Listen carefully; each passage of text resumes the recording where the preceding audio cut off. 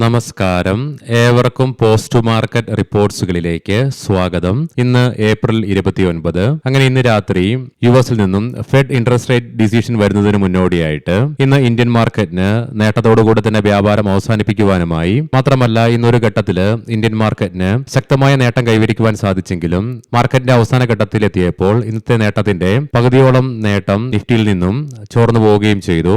ഇന്ന് മാർക്കറ്റിനെ നേട്ടത്തിലേക്ക് നയിക്കുവാനുണ്ടായ കാരണങ്ങളും കൂടാതെ ഇന്ന് മാർക്കറ്റിന്റെ ഏകദേശം പകുതിയോളം നേട്ടം ചോർന്നു പോകാനുണ്ടായ കാരണങ്ങളും എന്തൊക്കെയാണെന്ന് വിശദമായി തന്നെ നമുക്ക് ഈ വീഡിയോയിൽ പരിശോധിക്കാം. ലീഡിംഗ് ആയ എല്ലാ ഇൻഡസ്ട്രീസുകളിലും ഇന്ന് ഗ്യാപ്പ് അപ്പ് ഓപ്പണിംഗ് തന്നെയായിരുന്നു ലഭ്യമായിരുന്നതും തൽഫലമായി ഇന്ന് നിഫ്റ്റിയിൽ 24,000 എന്ന സൈക്കോളജിക്കൽ ലെവലിനും മുകളിലായിട്ടുള്ള ഓപ്പണിംഗ് ആയിരുന്നു ലഭ്യമായിരുന്നതും. കൂടാതെ ഇന്നൊരു ഘട്ടത്തിൽ പോലും ഈ സൈക്കോളജിക്കൽ ലെവൽ ഇന്ന് നിഫ്റ്റിക്ക് ബ്രേക്ക് ചെയ്യേണ്ടതായിട്ടും വന്നില്ല. എങ്കിലും 24,334 എന്ന ലെവലിൽ റെസിസ്റ്റൻസും നേരിടേണ്ടതായിട്ട് വന്നു. തൽഫലമായി 181 പോയിന്റുകളുടെ നേട്ടത്തോടുകൂടി വ്യാപാരം അവസാനിപ്പിക്കുവാനായപ്പോൾ സെൻസെക്സിന് 609 പോയിന്റുകളുടെയും അതേസമയം ബാങ്ക് നിഫ്റ്റിക്ക് ഫ്ലാറ്റ് ആയിട്ട് വ്യാപാരം അവസാനിപ്പിക്കേണ്ടതായിട്ടും വന്നു. എങ്കിലും ഇന്ന് NSEയുടെ അഡ്വാൻസ് ഡിക്ലൈൻ റേഷ്യോയിൽ ആകെ 1453 സ്റ്റോക്കുകൾക്ക് മാത്രമേ നേട്ടത്തോടുകൂടി വ്യാപാരം അവസാനിപ്പിക്കുവാനുമായുള്ളൂ. അതേസമയം 1507 സ്റ്റോക്കുകൾക്ക് നഷ്ടത്തോടുകൂടിയും വ്യാപാരം അവസാനിപ്പിക്കേണ്ടതായിട്ട് വന്നു. Maruti Suzuki India, tech Mahendra, ITC limited, Reliance industries തുടങ്ങിയ സ്റ്റോക്കുകൾക്ക് ഇന്ന് നിഫ്റ്റിയിൽ നേട്ടവും കൈവരിക്കുവാൻ സാധിച്ചു. അതേസമയം InterGlobe aviation, doctor Reddy's laboratories, NTPC limited, Bajaj Finserv തുടങ്ങിയ സ്റ്റോക്കുകൾക്ക് ഇന്ന് നിഫ്റ്റിയിലെ ലൂസേഴ്സ് ആയിട്ട് മാറേണ്ടതായിട്ടും വന്നു. ബോർഡർ മാർക്കറ്റ്സിൽ ഇന്ന് മിക്സ്ഡ് ആയിട്ടുള്ള സെന്റിമെന്റ്സ് ആണ് കാണുവാനായിട്ടും സാധിക്കുക. നിഫ്റ്റി മിഡ് ക്യാപ്പിന് ഇന്ന് നേരിയ നഷ്ടത്തോടുകൂടി വ്യാപാരം അവസാനിപ്പിക്കേണ്ടി വന്നപ്പോൾ നിഫ്റ്റി സ്മോൾ ക്യാപ്പിന് 0.6% നേട്ടത്തോടുകൂടിയും വ്യാപാരം അവസാനിപ്പിക്കുവാനുമായി. കൂടാതെ ഇന്ന് സെക്ടർ വൈസ് നോക്കുമ്പോഴും മിക്സ്ഡ് ആയിട്ടുള്ള സെന്റിമെന്റ്സ് ആണ് കാണുവാനായിട്ടും സാധിക്കുക.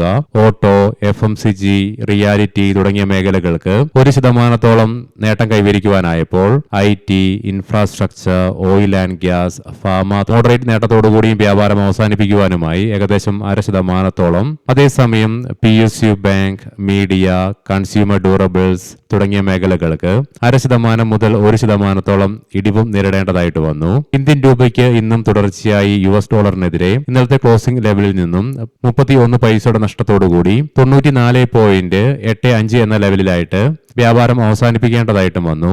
ഈ അടുത്ത കാലത്തുണ്ടായ കറക്ഷൻസിനെ തുടർന്ന് ഇന്ത്യൻ മാർക്കറ്റ് ചീപ്പറായിട്ട് മാറിയെങ്കിലും വിദേശ ധനകാര്യ സ്ഥാപനങ്ങളെ ആകർഷിക്കാൻ തക്ക വിധത്തില് ചീപ്പായിട്ട് മാറിയില്ലെന്നുള്ള ഒരു പ്രസ്താവനയാണ് ഇന്ന് കൊട്ടാക് ഇക്വിറ്റീസിന്റെ ഭാഗത്ത് നിന്ന് വരികയും ചെയ്തത്. 14.29 കോടി രൂപയുടെ GST ഡിമാൻഡ് നോട്ടീസ് ഇന്ന് മീഷോയ്ക്ക് ലഭിച്ചു. ഇതിനെതിരെ അപ്പീൽ നൽകുമെന്ന് കമ്പനി അറിയിക്കുകയും ചെയ്തു. സ്ട്രോങ് ആയിട്ടുള്ള ക്വാർട്ടർലി ഏർണിംഗ്സ് റിലീസ് ചെയ്തതിനെ തുടർന്ന് GRCയുടെ സ്റ്റോക്ക് പ്രൈസിൽ ഇന്ന് 15% ഉയർച്ച ഇൻട്രാഡേ ബേസിസിൽ അനുഭവപ്പെട്ടു. അതേസമയം ക്വാർട്ടർ 4 ഏർണിംഗ്സിലെ ശോഭ മങ്ങിയതിനെ തുടർന്ന് RECയുടെ സ്റ്റോക്ക് പ്രൈസിൽ ഇന്ന് 3% ഇടിവ് ഇൻട്രാഡേ ബേസിസിൽ അനുഭവപ്പെടുകയും ചെയ്തു. പുതിയ റിപ്പോർട്ട്സുകൾ വന്നു. അതായത് മെയ് മാസം മുതൽ ഇന്ത്യയിൽ സിഗരറ്റിന്റെ പ്രൈസ് 17% വർദ്ധിപ്പിക്കുമെന്നുള്ളത്. ഇതിനെ തുടർന്ന് സിഗരറ്റ് സ്റ്റോക്കുകളായ ITCക്ക് ഇന്ന് 4%-അടുത്തും ഗോഡ്ഫ്രൈ ഫിലിപ്സിന് ഇന്ന് 8%-അടുത്തും നേട്ടത്തോടുകൂടി വ്യാപാരം അവസാനിപ്പിക്കുവാനുമായി. ഇനി നമുക്ക് ഇന്ന് നമ്മുടെ മാർക്കറ്റിനെ നേട്ടത്തോടുകൂടി വ്യാപാരം അവസാനിപ്പിക്കുവാൻ ഇടയാക്കിയ ഘടകങ്ങൾ എന്തൊക്കെയാണെന്ന് വിശദമായി തന്നെ പരിശോധിക്കാം. കുറച്ചേറെ ട്രേഡിംഗ് സെഷനായിട്ട് ശക്തമായി ഇടിവ് നേരിട്ടുകൊണ്ടിരുന്ന നിഫ്റ്റി ITക്ക് ഇന്ന് 1% നേട്ടത്തോടുകൂടി വ്യാപാരം അവസാനിപ്പിക്കുവാനായി. കൂടാതെ ഓട്ടോ, റിയാലിറ്റി, FMCG തുടങ്ങിയ മേഖലകളിൽ ഇന്ന് വാല്യൂ ബൈയിങ്ങും പ്രകടമായിരുന്നു. ഇന്നലെ US മാർക്കറ്റുകൾ നഷ്ടത്തോടുകൂടി വ്യാപാരം അവസാനിപ്പിക്കേണ്ടി വന്നെങ്കിലും മാത്രമല്ല ഇന്ന് 3 യൂറോപ്യൻ മാർക്കറ്റ്സിലും നഷ്ടത്തിലാണ് വ്യാപാരം നടത്തിക്കൊണ്ടിരിക്കുന്നതും. എന്നാൽ ഇന്ന് ഏഷ്യൻ മാർക്കറ്റ്സിൽ അനുഭവപ്പെട്ട ഫേമായിട്ടുള്ള പോസിറ്റീവ്നെസ്സും കൂടാതെ ഇന്നലെ മാരുതി സുസുക്കി അവരുടെ ക്വാർട്ടർ 4 ഏർണിംഗ്സുകൾ പ്രസിദ്ധീകരിക്കുകയുണ്ടായി. കമ്പനിയുടെ നെറ്റ് പ്രോഫിറ്റിൽ ഇടിവ് രേഖപ്പെടുത്തിയെങ്കിലും വോളിയത്തിലുണ്ടായ വർധനവിനെ തുടർന്ന് പല ബ്രോക്കറേജുകളും പോസിറ്റീവ് ഔട്ട്ലുക്ക് വെച്ച് പുലർത്തിയതിനെ തുടർന്ന് ഇന്ന് സ്റ്റോക്കിൽ 4% ഉയർച്ചയും അനുഭവപ്പെട്ടു. ഇതിനെ തുടർന്ന് ഇന്ന് നിഫ്റ്റി ഓട്ടോയ്ക്ക് ഒരു സമയത്ത് 2.5%-ലേറെ നേട്ടം കൈവരിച്ചു കൈവരിച്ചുകൊണ്ട് ഇന്നത്തെ ടോപ്പ് പെർഫോമിംഗ് സെക്ടറായിട്ട് മാറുവാനും സാധിച്ചു. കൂടാതെ 1% നേട്ടത്തോടുകൂടി ഇന്ന് ഓട്ടോ സെക്ടറിന് വ്യാപാരം അവസാനിപ്പിക്കുവാനും സാധിച്ചു. കൂടാതെ ഇന്നൊരു ഘട്ടത്തിൽ ഇന്ത്യ വിക്സിലും 6% ഇടിവ് രേഖപ്പെടുത്തി. ഇതിനെല്ലാം പുറമെ ഇന്ന് മാർക്കറ്റിൽ വ്യാപാരം ആരംഭിച്ചപ്പോൾ ആദ്യഘട്ടത്തിൽ ബ്രെന്റ് ക്രൂഡിന്റെയും ക്രൂഡ് ഓയിലിന്റെ വിലയിൽ 0.5% ഇടിവ് രേഖപ്പെടുത്തിയതും നമ്മുടെ മാർക്കറ്റിന് ഗുണകരമായി തന്നെ മാറുകയും ചെയ്തു. പിന്നീട് എണ്ണയുടെ വിലയിൽ ഉയർച്ച രേഖപ്പെടുത്തിയെങ്കിൽ കൂടിയിട്ടും ഈ പറഞ്ഞ ഘടകങ്ങൾ കൊണ്ടൊക്കെ ഇന്ന് മാർക്കറ്റിന് ശക്തമായ നേട്ടം കൈവരിക്കുവാനായപ്പോൾ പിന്നീട് ബ്രെന്റ് ക്രൂഡിന്റെയും ക്രൂഡ് ഓയിലിന്റെ വില ശക്തമായ ഉയർച്ചയാണ് രേഖപ്പെടുത്തിയത്, ഏകദേശം 3%. കൂടാതെ ഇന്ന് ഇന്ത്യ വിക്സ് 6% ഇടിവ് രേഖപ്പെടുത്തിയെങ്കിലും പിന്നീട് 2% ഉയർച്ച ഇന്ത്യ വിക്സിൽ രേഖപ്പെടുത്തുകയും ചെയ്തു. തൽഫലമായി ഇന്ന് ക്ലോസിംഗ് ബേസിസിൽ 3.43% ഇടിവ് മാത്രമേ ഇന്ത്യ വിക്സിൽ രേഖപ്പെടുത്തുകയും ഉണ്ടായുള്ളൂ. കൂടാതെ പുതിയ റിപ്പോർട്ടുകൾ വരികയുണ്ടായി. അതായത് ഇറാന്റെ സമ്പദ് വ്യവസ്ഥയെയും എണ്ണ കയറ്റുമതിയെയും ഞെരുക്കുന്നതിനായിട്ട് വിപുലമായിട്ടുള്ള ഉപരോധങ്ങൾക്കായിട്ട് തയ്യാറെടുക്കുവാൻ ട്രംപ് ഉത്തരവിടുകയും ചെയ്തു. ഇതിനെയൊക്കെ തുടർന്ന് വീണ്ടും ജിയോ പൊളിറ്റിക്കൽ ടെൻഷൻസ് വർദ്ധിക്കുന്ന കാഴ്ചയാണ് കാണുവാനായിട്ടും സാധിക്കുക. കൂടാതെ ട്രംപിന്റെ ഭാഗത്ത് നിന്നും ഇറാനെ തങ്ങൾ നിലവിൽ തോൽപ്പിച്ചു കഴിഞ്ഞെന്നും കൂടാതെ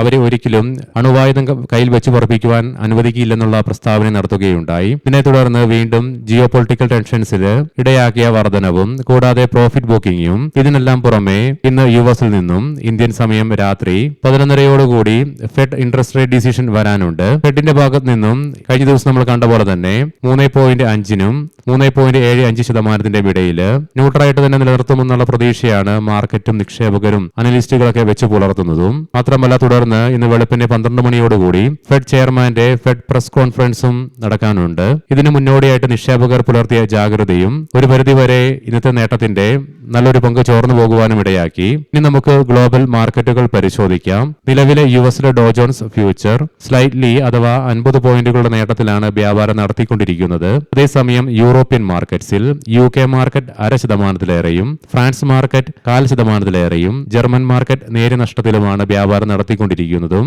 ഏഷ്യൻ മാർക്കറ്റ്സിൽ ജപ്പാൻ, സിംഗപ്പൂർ, തായ്വാൻ മാർക്കറ്റുകൾക്ക് 1% മുതൽ 0.5% നഷ്ടത്തോടുകൂടി ഇന്ന് വ്യാപാരം അവസാനിപ്പിക്കേണ്ടി വന്നപ്പോൾ ബാക്കി എല്ലാ ഏഷ്യൻ മാർക്കറ്റ്സിനും നേട്ടത്തോടുകൂടി വ്യാപാരം അവസാനിപ്പിക്കുവാനുമായി ബ്രെന്റ് ക്രൂഡിന്റെ വിലയിൽ 2.85%, ക്രൂഡ് ഓയിലിന്റെ വിലയിൽ 3.3% ഉയർച്ചയാണ് അനുഭവപ്പെടുന്നതും. ബ്രെന്റ് ക്രൂഡിന്റെ വില $114.44 per ബാരൽ എന്ന നിലയിലായിട്ടും ക്രൂഡ് ഓയിലിന്റെ വില $103.24 per ബാരൽ എന്ന നിലയിലുമായിട്ടാണ് വ്യാപാരം നടത്തിക്കൊണ്ടിരിക്കുന്നതും. ഗോൾഡിന്റെ വിലയിൽ 0.5% ഇടിവ് അനുഭവപ്പെടുന്നുണ്ട്. $4,569.37 per ഔൺസ് എന്ന നിലയിലായിട്ടാണ് ഗോൾഡിൽ വ്യാപാരം നടന്നുകൊണ്ടിരിക്കുന്നതും. ഇനി നമുക്ക് പ്രധാനപ്പെട്ട സ്റ്റോക്കിംഗ് ന്യൂസുകൾ പരിശോധിക്കാം. മുൻകൂട്ടി ഓർമ്മിപ്പിച്ചുകൊള്ളട്ടെ, ഇത് ഒരു ബൈ ഓർ സെൽ റെക്കമെൻഡേഷൻ അല്ല. ബാജൽ പ്രൊജക്ട്സ് 400 കോടി രൂപയ്ക്ക് മുകളിൽ മൂല്യം വരുന്ന 2 അൾട്രാ മെഗാ ഓർഡറുകൾ കമ്പനിക്ക് ലഭിച്ചു. സീൻസിസ് ടെക് ജോർജിയയിലെ പരിസ്ഥിതി സംരക്ഷണ കൃഷി മന്ത്രാലയത്തിൽ നിന്ന് 20.9 കോടി രൂപയുടെ ഓർഡർ കമ്പനിക്ക് ലഭിച്ചു. PG ഫോയിൽസ് ഇന്ന് രാജസ്ഥാനിലെ കമ്പനിയുടെ പ്ലാന്റിൽ തീപിടുത്തം ഉണ്ടായതായിട്ടുള്ള റിപ്പോർട്ട്സ് വരുന്നുണ്ട്. തീപിടുത്തത്തെ തുടർന്ന് 4 മുതൽ 5 കോടി രൂപയുടെ വരെ നഷ്ടമാണ് കണക്കാക്കുന്നതും. ഒറീസ മിനറൽസ് ഫോറസ്റ്റ് ക്ലിയറൻസ് 30/9/2030 വരെ നീട്ടുന്നതിന് സംസ്ഥാന സർക്കാരിൽ നിന്ന് കമ്പനിക്ക് അംഗീകാരം ലഭിച്ചു. E2E നെറ്റ്വർക്സ് US ആസ്ഥാനമായിട്ടുള്ള AI സേവനദാതാവുമായി GPU ക്ലൗഡ് കമ്പ്യൂട്ടിംഗ് സേവനങ്ങൾക്കായിട്ട് $7.7 മില്യന്റെ ഓർഡർ കമ്പനിക്ക് ലഭിച്ചു. ടെക്സ്മാക്കോ റെയിൽ ആൻഡ് എഞ്ചിനീയറിംഗ് ഇന്ത്യയിലുടനീളം ഇൻവാരീസ് എന്ന പേരിൽ AI അധിഷ്ഠിതമായ ഗ്ലോബൽ കപ്പാസിറ്റി സെന്ററുകളുടെ ഒരു ശൃംഖലയ്ക്ക് കമ്പനി ആരംഭം കുറിച്ചു. എൻവിഡിയോ ഇൻഫ്ര എഞ്ചിനീയേഴ്സ് വിൻഡ് EPC കമ്പനിയായ സുയോഗ് ഊർജ ലിമിറ്റഡിന്റെ 51% വരുന്ന ഓഹരികൾ 111 കോടി രൂപയ്ക്ക് കമ്പനി ഏറ്റെടുത്തു. വേദാന്ത ലിമിറ്റഡ് ഇന്ന് ക്വാർട്ടർലി ഏർണിംഗ്സുകൾ പ്രസിദ്ധീകരിച്ചു. പറയാൻ പോകുന്ന റിസൾട്ടുകളൊക്കെ quarter 4 consolidated year on year ബേസിസിലാണ്. കമ്പനിയുടെ നെറ്റ് പ്രോഫിറ്റിൽ മാർക്കറ്റ് എക്സ്പെക്ടേഷനെയൊക്കെ ബീറ്റ് ചെയ്തുകൊണ്ട് 88% ഉയർച്ച രേഖപ്പെടുത്തിക്കൊണ്ട് 9,352 കോടി രൂപ റിപ്പോർട്ട് ചെയ്തു. അതേസമയം റവന്യൂ ഫ്രം ഓപ്പറേഷൻസിലും 47% വർധനവും രേഖപ്പെടുത്തി. പൊന്നി ഷുഗേഴ്സ് 9.34 കോടി രൂപയുടെ GST ഡിമാൻഡ് നോട്ടീസ് കമ്പനിക്ക് ലഭിച്ചു.